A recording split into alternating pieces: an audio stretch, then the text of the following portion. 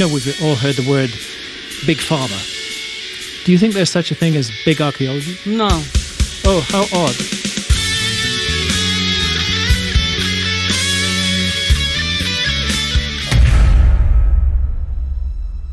In another location in Egypt, I'm traveling to the Giza Plateau to learn about the pyramids.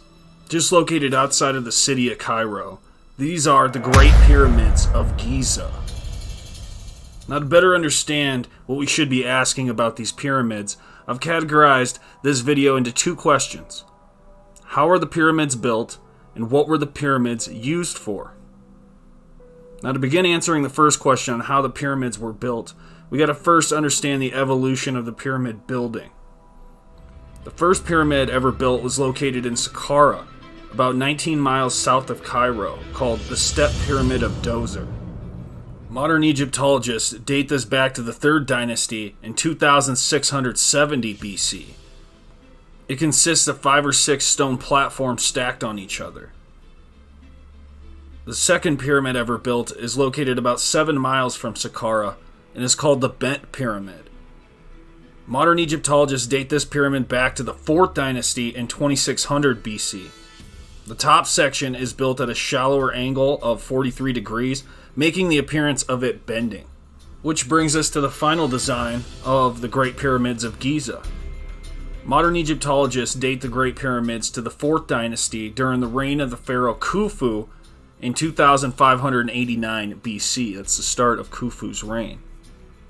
Now, I do not dispute that the Step Pyramids or the Bent Pyramid were built before the 3 Great Pyramids, but I do dispute that the mainstream dating of all these pyramids, considering that the evidence is circumstantial and proves nothing, is flawed.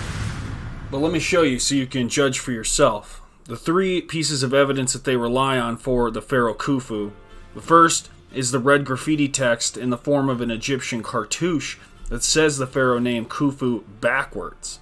It's located in the pent roof chamber above the king's chamber, but it's heavily criticized as a forgery. The second evidence is the Diary of Mir. It's a logbook that documents the transportation of limestone blocks dating back to the 27th year of the pharaoh Khufu. This diary is located in the Egyptian Museum in Cairo, Egypt, but it's not on display. The diary does not specify where the limestone was to be used or for what purpose. So it's more likely that the limestone was just used for cladding the outside of the pyramid for repairs. It doesn't confirm anything. And the last piece of evidence is the Khufu statue that's located in the Egyptian Museum, and it's said to depict the pharaoh Khufu, and they date it back to the 4th or the 26th dynasty, so there's mixed opinions on if this statue even dates to the Old Kingdom. This little statue, it cannot be verified that it's the proper image of Khufu at all. I mean, let's be real here. So the evidence that Egyptologists rely on that Khufu built the pyramid is circumstantial at best. It's circumstantial evidence, and if you stretch the truth, sure, it might be real. But it's like the pharaohs of the 4th dynasty just took adverse possession of their ancestors' land in the Giza Plateau, and they claimed the credit for the construction of the pyramids themselves. But let's get back to the topic at hand. How were the pyramids built? There are 4 leading theories to this, and I'm going to go through each one individually so that way we can get the full picture here. The first theory is the use of carving tools, sleds, levers, and ramps. I do believe that part of this is true. The mainstream narrative by Egyptologists is that limestone was quarried from different parts of Lower and Upper Egypt and brought to the pyramids, the Giza Plateau, on sleds, and it was pulled by manpower. So you had a lot of people pulling with rope on these sleds that the limestone was carried on and pulling it all the way to the Giza Plateau. This theory does entertain the Nile River being used as a mode of transportation, so limestone was probably quarried and transported on boats, but somehow they were able to carve each stone and mesh with the stone next to it perfectly. And this is what makes this impossible. Also, the use of levers, where they lift the stones up over the platforms as they stacked it higher and higher. They would lift the stones up with wooden levers, prying it up slowly and slowly, using ramps. And there's different theories on the ramps and how that worked.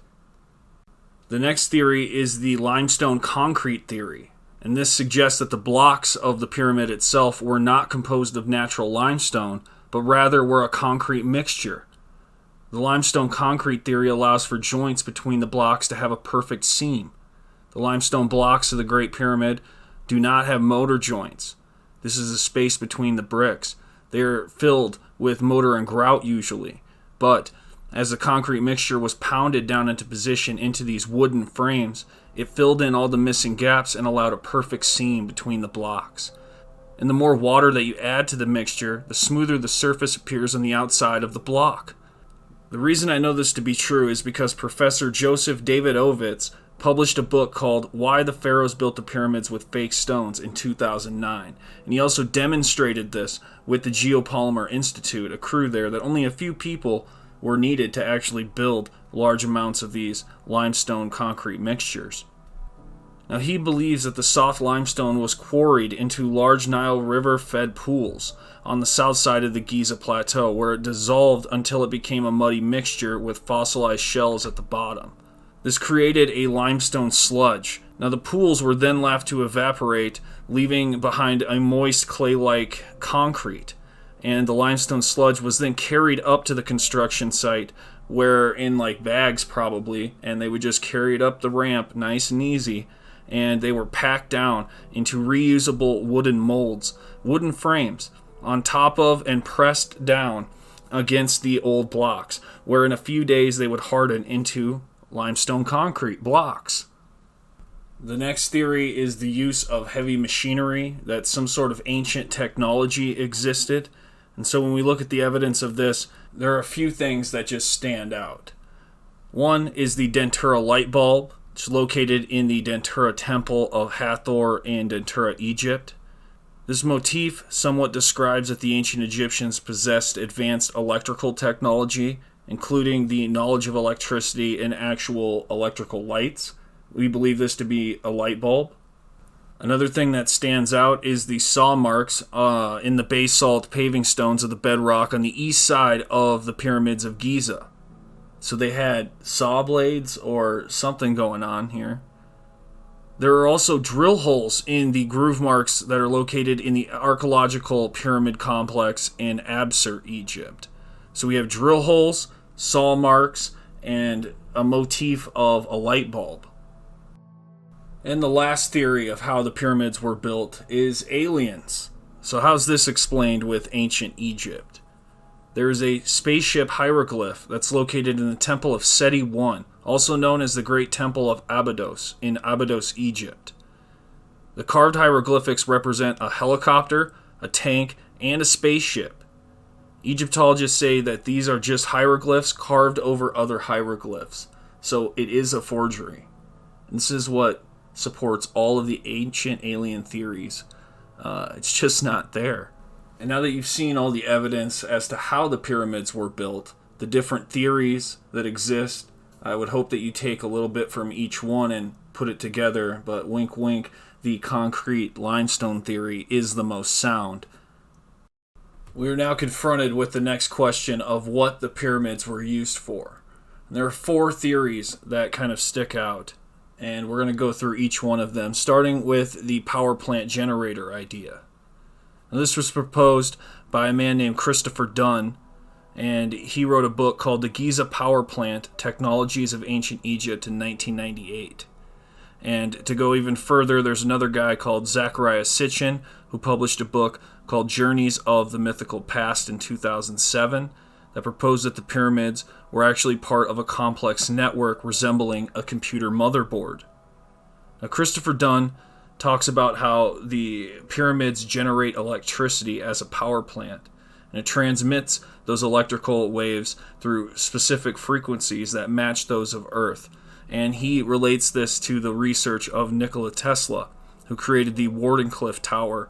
He has a patent titled The Art of Transmitting Electrical Energy Through the Natural Medium that was published in 1905. When we look at the work of these 3 men, the Giza Plateau appears to be some sort of motherboard with at least 9 pyramids on it. This is the foundational research behind the Great Pyramid power plant theory, and it comes from those three sources. The next theory of what the pyramids were used for is the modern view, the ancient tombs for the pharaohs. That the pyramids themselves were used nothing more than for a tomb for the pharaohs. And we know that there's no ancient hieroglyphics inside of these tombs, inside of these pyramids, and that is because they didn't need any sort of spells to pass through the gate of the afterlife. They were welcomed in. And even thinking of it as a tomb is suspicious. They never found bodies inside the Great Pyramids to begin with. There's no evidence that they did. They claim that there was no body found in them, yet they claim this was still a tomb. There's a subterranean chamber way underneath the pyramid. There's also a queen's chamber below the king's chamber where the sarcophagus is located. And the problem with this is that it seems like there's multiple functions when it comes to this pyramid, and to just say that it's a tomb just doesn't add up. The next theory is simple, just religion and rituals. And so if you were to think of this as tunnels that they go inside these pyramids and do some sort of ceremony, and then they leave for the night. But if it dealt with religion and rituals, obviously there was probably sacrifices that happened, cult type stuff. But religion and ritual seems to be one theory. It's not a strong theory, but we got to throw it in anyway. And the last theory for what the pyramids were used for is astrological observations, so a reflection of the sky. We know that in 2500 BC, the pyramids perfectly aligned with the constellation Orion in the sky. This has been proven through a star map program called Stellarium. So the three pyramids on the Giza plateau line up with the constellation of Orion, and then the Nile River also parallels the Milky Way galaxy in the sky. It's a reflection of the sky at the time of 2500 BC, projected down onto the ground.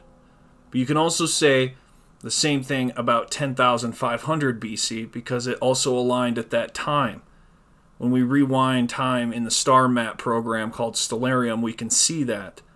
And also in 10,500 BC, during the spring equinox, we also have the original lion head of the Sphinx that was facing directly east at the constellation Leo. So there's quite a few things that match up in the sky here with the coordination on the ground with the pyramids and the Sphinx. And now that we've taken a look at 4 different options as to what the pyramids were used for, I hope this opens your mind up a little bit to some more options that potentially could have happened.